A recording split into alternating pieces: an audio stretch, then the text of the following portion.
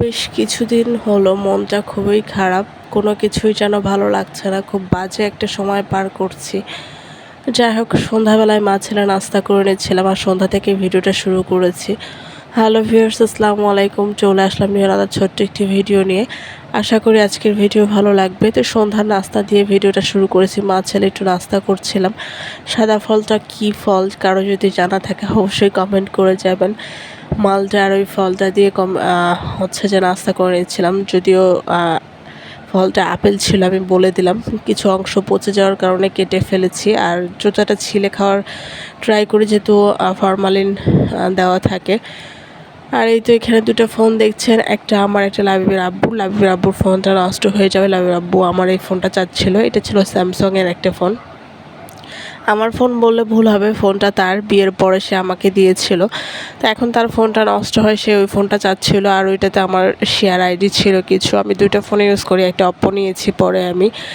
তো সেই ফোনটা দিয়ে আমি হচ্ছে শেয়ারের কাজগুলো করে থাকি। এখন সে আমাকে বলতেছিল পিসিতে আমার শেয়ার আইডিগুলো লগ ইন করার জন্য।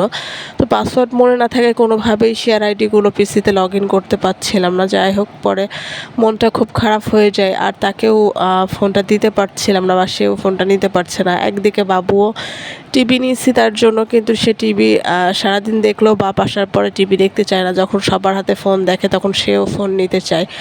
আবার মাঝে মাঝে দিনের বেলাতেও কারেন্ট চলে গেলে তখন টিভি না চললে ফোনটা চায়। সব মিলিয়ে টেনশানে পড়ে গেছি যে আমি বাচ্চাটাকে কীভাবে সামাল দিব। একটা ফোন হলে আমি কাজ করব কীভাবে, আর ওকে ফোন দিব কীভাবে।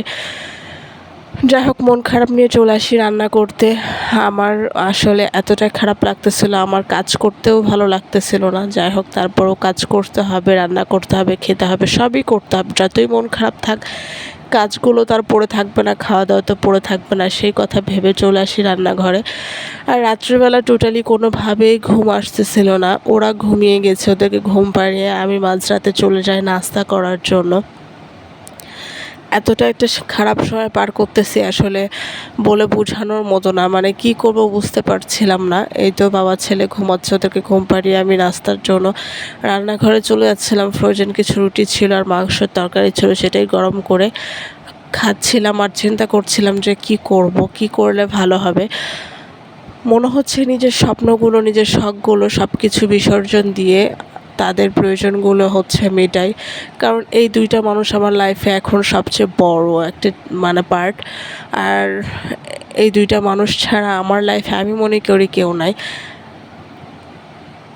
আমার বাচ্চাটা সবচেয়ে বড় একটা পার্ট আমার জীবনে, আর ওর কষ্ট দেখলে আমার ভালো লাগে না। কিছু কিছু সময় কিছু কিছু জিনিস ও এমনভাবে আমাকে কষ্ট দেয় বা এমনভাবে কাঁদায়, ওর কিছু কিছু বিহেভিয়ার যেগুলো আমি আসলে মেনে নিতে পারি না। তখন মনে হয় যে বেঁচে থেকে কী লাভ যদি বাচ্চার জন্য কিছু না করতে পারি।